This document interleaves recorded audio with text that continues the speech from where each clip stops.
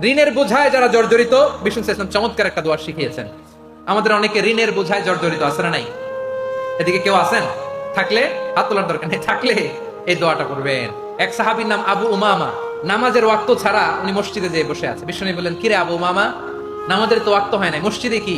সাহাবী বলে, হুমুমুন লাজিমাতনি ওয়া দুয়ুন, নবী গো, ঋণের বোঝায় এমন টেনশনে আছি, ঘরে থাকতে পারলাম না, মসজিদে চলে আসছে। বিষ্ণু বলেন, আমি কি তোমার এমন একটা দোয়া শিখাবো যেটা বললে আল্লাহ তাআলা তোমার ঋণের বোঝা হালকা করে দিবে?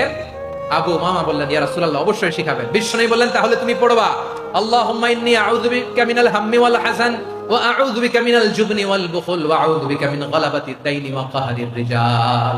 ও আল্লাহ, তোমার কাছ থেকে দুশ্চিন্তা থেকে পানাহ চাই, কৃপণতা, ভীরুতা, অলসতা, কার্পণ্যতা, এই সব কিছু থেকে, মানুষের কঠোরতা, আমার উপর মানুষের আধিপত্য এবং ঋণের বোঝা থেকে পানাহ চাই। এই দোয়াটা যখন বিষ্ণু শিখাই দিলেন, আবু উমামা বারবার এই দোয়া করে, আল্লাহুম্মা ইন্নী আউযু বিকা মিনাল হাম্মি ওয়াল হাযান ওয়া আউযু বিকা মিনাল আজজি ওয়াল কাসাল ওয়া আউযু বিকা মিনাল জুবনি ওয়াল বুখল ওয়া আউযু বিকা মিন গালাবাতিদ দাইনি ওয়া কাহরির রিজাল।